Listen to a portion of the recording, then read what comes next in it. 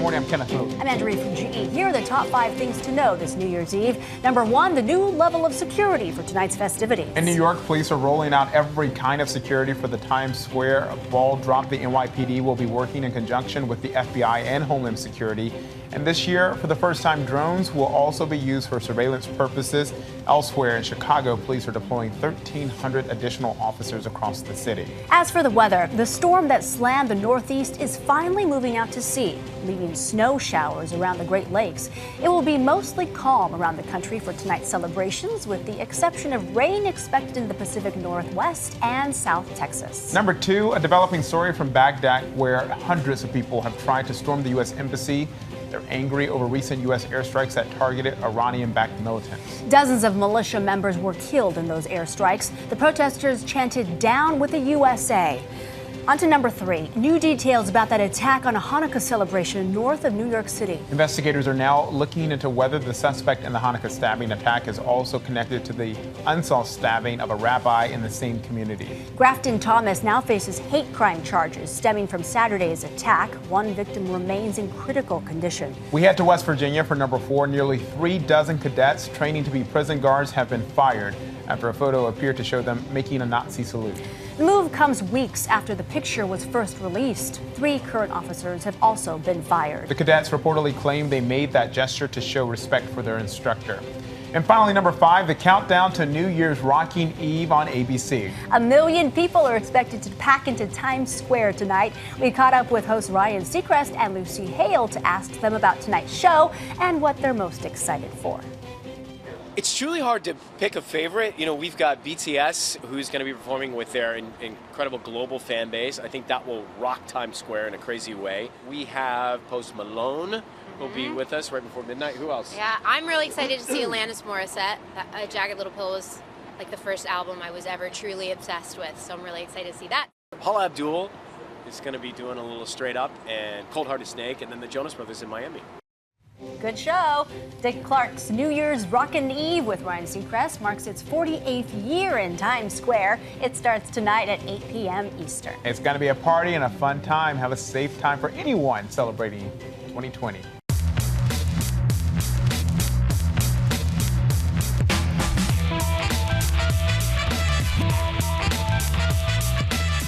Good morning, everyone. It is New Year's Eve, and it is the final day of 2019. Can you believe it? I just got used to saying 2019. I know, right? And now we're going to say 2020. It's a hard one to say, too. Preparations are underway from coast to coast for tonight's New Year's Eve celebrations. Authorities here in New York are promising that Times Square will be just about the safest place on Earth tonight. It all comes just hours after heavy winds sent this wind turbine crashing down onto the street in another part of the city.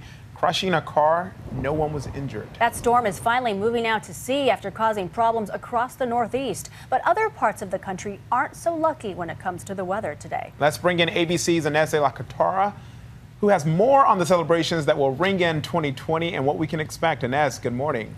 Good morning, Kenneth and Andrea. The good news is that the weather tonight should be much better than it has been for most of the country as police ramp up their presence to ensure partygoers stay safe. As millions prepare to celebrate the start of a new decade, a major winter storm threatening the fun across more than a dozen states. In recent days, shutting down highways, causing hundreds of accidents, and taking at least 2 lives. Drivers needing a tow in Humboldt, South Dakota, black ice triggering an accident in Iowa, and freezing rain from upstate New York to New England, making for slick driving for much of the I-95 corridor. It's water, snow, ice, roads are very slick, very hard to manage. But the weather now looking better for tonight's celebrations.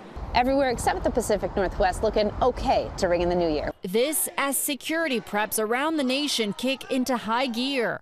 Police are deploying an additional 1,300 officers across the city. They will also be on the lookout for drunk drivers. On the New Year's Day holiday, 40% of individuals who were killed died in crashes where at least one driver was under the influence of alcohol.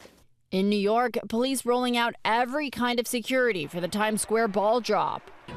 We'll have intelligence officers out there, as well as patrol officers, emergency service units, and then as well with our federal and state local partners. The NYPD will be working in conjunction with the FBI and Homeland Security. And this year, for the first time, drones will also be used for surveillance purposes. Most well-policed, protected event that'll be on Earth. And the festivities in Times Square will begin just after 11 p.m. Eastern tonight, but people will start to line up this morning around 11 a.m., so more than 13 hours before the ball drop. Kenneth and Andrea. All right, and that's before you go. We want to know, what are your resolutions for the new year?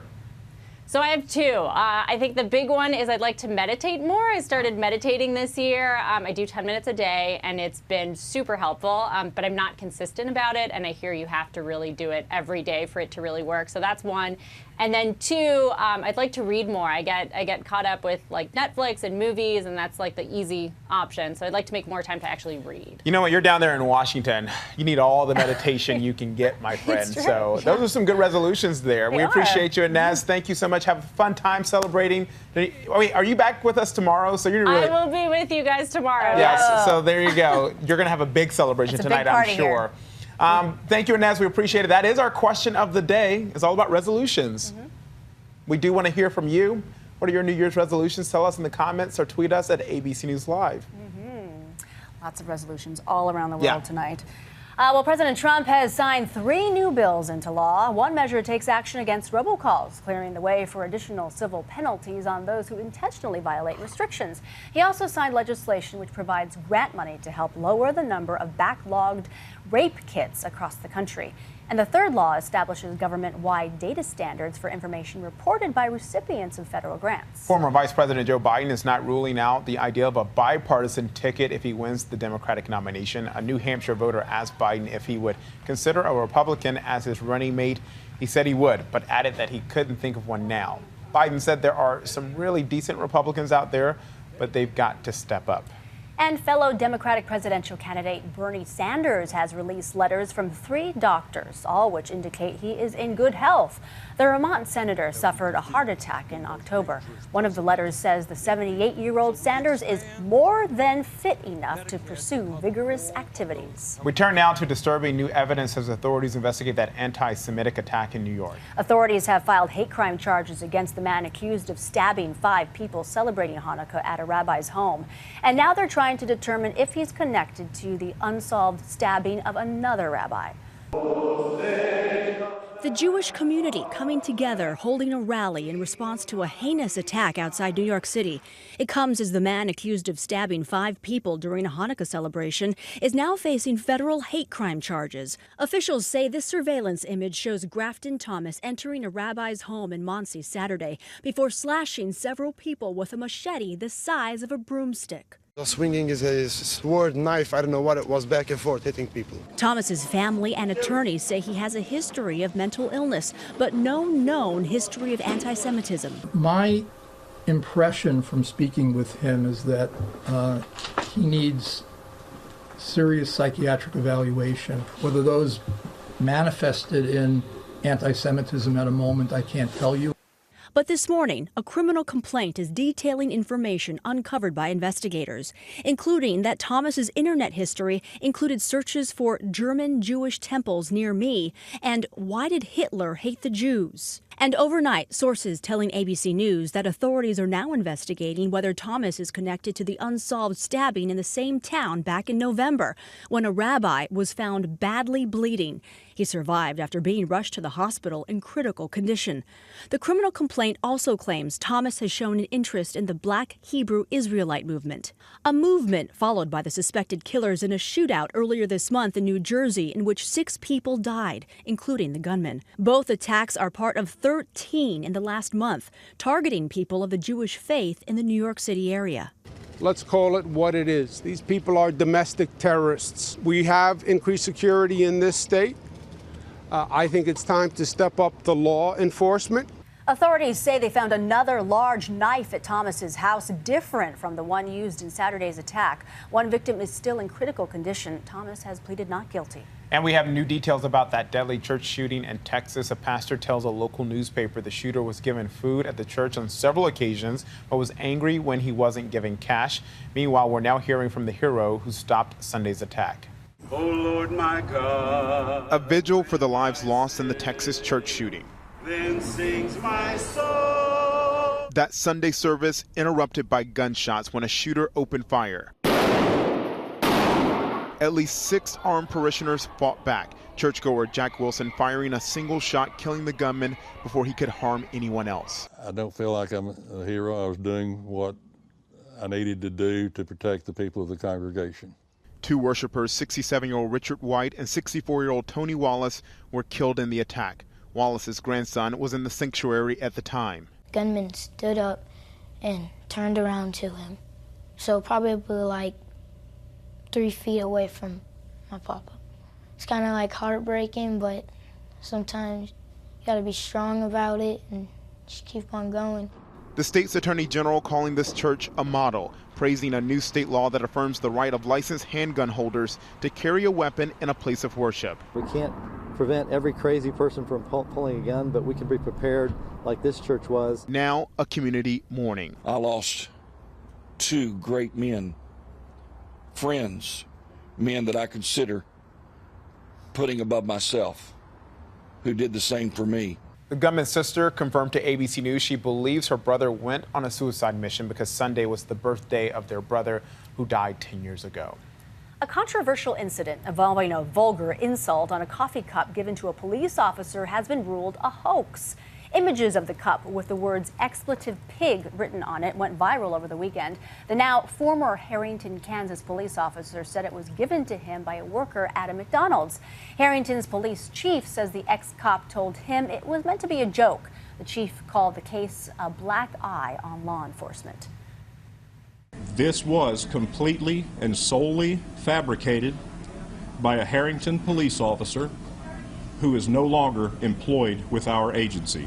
Moving forward, Harrington Police Department will work tirelessly to regain the loss of trust with both McDonald's and with the citizens that we serve. Security video proved none of the employees did anything wrong. The officer resigned. Officials haven't identified him, saying it's a personnel matter. He is not expected to face charges. And the police chief in Mobile, Alabama is apologizing for this photo posted online. Officers are holding up what they call a homeless quilt. Those are cardboard signs confiscated from homeless people in the city. The chief called the photo insensitive. No word if the officers will be disciplined. And thousands of air travelers will have a chance to fly to the 2020 Summer Olympics in Tokyo for free, sort of. Now, Japan Airlines has a promotion starting in February. It's giving away 50,000 round-trip tickets within the country, so winners already have to be in Japan at the time of their flight. And when you apply, you'll see 4 possible destinations, but you won't know where you're going until 3 days after submitting the application. So you have to be pretty flexible. You do, and again, you have to be in the country. So this only applies to a small number of people. So, right, exactly. So, but you can go from the U.S. to Japan, pay for that side of the ticket, and then it's not a bad place to stay for a while. I'll tell you that. Yes. Coming up, celebrations are kicking off around the world as we ring in 2020. Plus, kids share their big plans for 2020, from being nicer to annoying sisters and not being called stinky after this. Welcome back. Let's get to that breaking news this morning in Iraq, where hundreds of mourners have tried to storm the U.S. embassy in Baghdad after those deadly U.S. airstrikes that killed 25 Shiite militia fighters. There is word that some of the protesters got through the gate of the embassy. Let's bring in ABC's Julia McFarland, who is standing by monitoring the situation. Julia, what have you learned?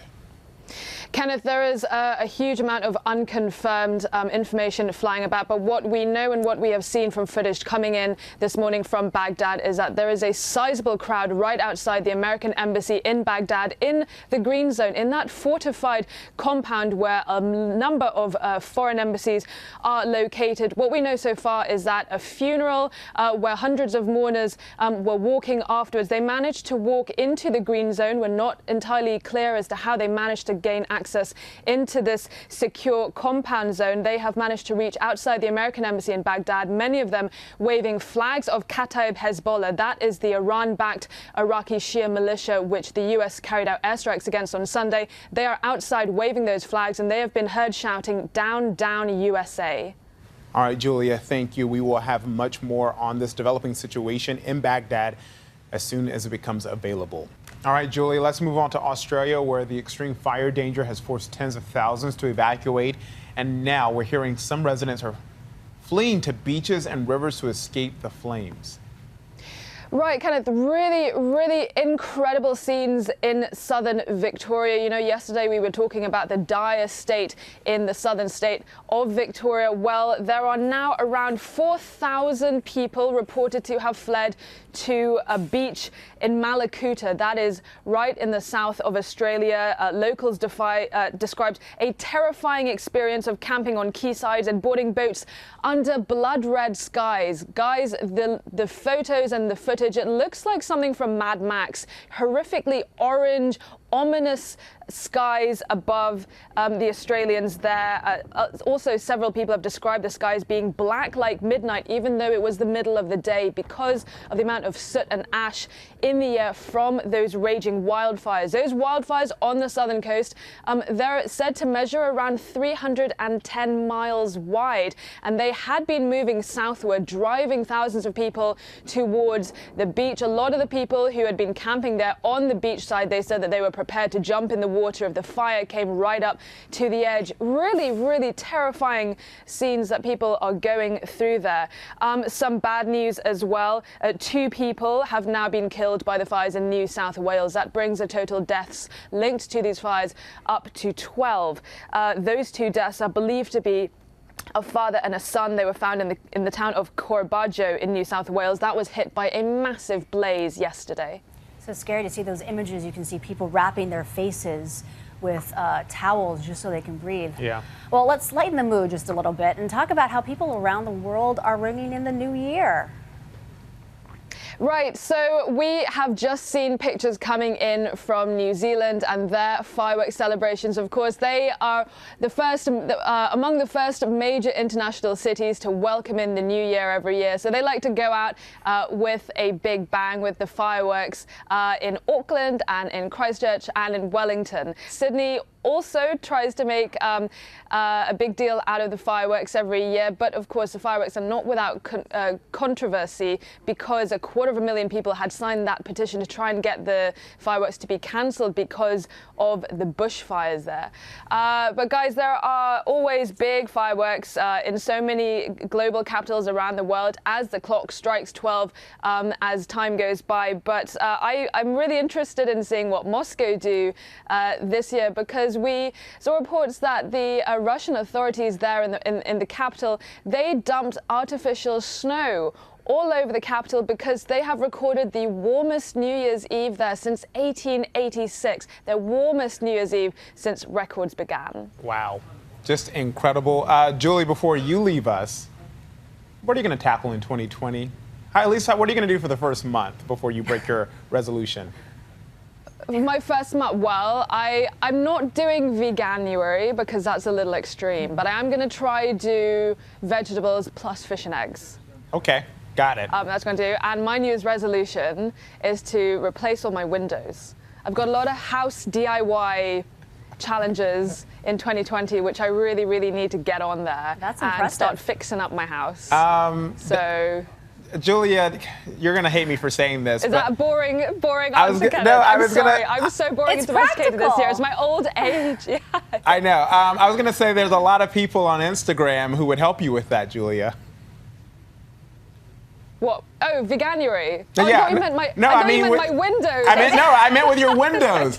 Julia, let's put out there. You do mean my windows? I do mean your windows, because you put it out there that there are some people who contact you on social media who are a little bit of creepos. Can I just put it out there, Julia? So I'm not soliciting help from Instagram to come to my house. So how about we say that for 2020? Creeps, leave Julia alone. How about that? We have been talking about online dating, so you're trying to She make doesn't want that. No. I'll tell you right now, Julia does not want that. That's a whole other thing. Nah. I don't think Julia needs help in that department. Creep-free 2020. Yes. Good vibes only. We are creep-free. See, I helped you with the resolution there. How about that?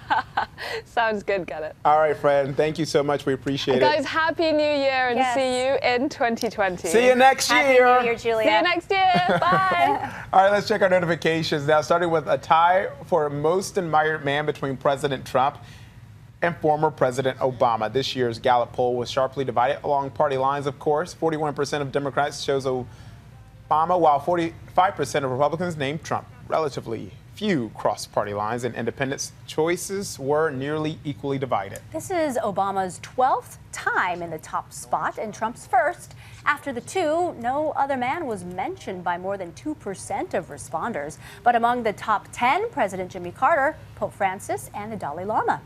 Meantime, former First Lady Michelle Obama has been polled as the most admired woman for the second year in a row.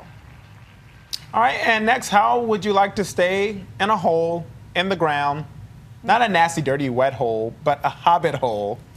I'm just reading the words that are on the prompter, and I immediately regretted saying that as soon as it came out. But you can go there and back again thanks to one couple building this Lord of the Rings inspired home. You have to bend down a lot because hobbits are half the size of humans. They are. You don't want to hit your head on that one. It's good architecture, though. I like it. Hey, next, a cat that disappeared 2 years ago after Hurricane Irma. This cat has returned to its owner. Yeah, it was actually found 2 years later outside of a county sheriff's station. It knew where to go. Isn't it a smart cat? It's happily reunited with its owner. Oh, love that. Eva is her name. Hey, Eva. And a 12-year-old boy in Texas got just what he wanted for Christmas. Caden Parsons' mom thought he wanted a magnifying glass to read, but he had something else in mind. Caden and his brothers used the magnifying glass to burn a hole in a piece of paper, and they set the entire lawn on fire. Whoops. The whole family had to help put out the flames in their holiday pajamas. Oh. Mom took it in stride, though, saying, "This is Christmas with boys." Sounds like a patient mom. Boys will be... You know what? My girls, though, would do the same thing. I know, exactly. Girls. Kids will be kids. Kids. All right, we are bidding adieu, goodbye to another year, and in fact, another decade. And this morning, we're hearing from some of the youngest among us about how they're ringing in the new year, if they're allowed to stay up that late. Speaking of kids. Yep, our own Will Gans is back with our favorite students. Let's talk about New Year's Eve. How do you celebrate New Year's Eve, Deanna? Last New Year's, I was left out. What? Because I had to go to bed before everyone celebrated it. I was left out. It's totally not fair. The little one has to miss the celebration for New Year. I cried last year. Why'd you cry? I loved 2018.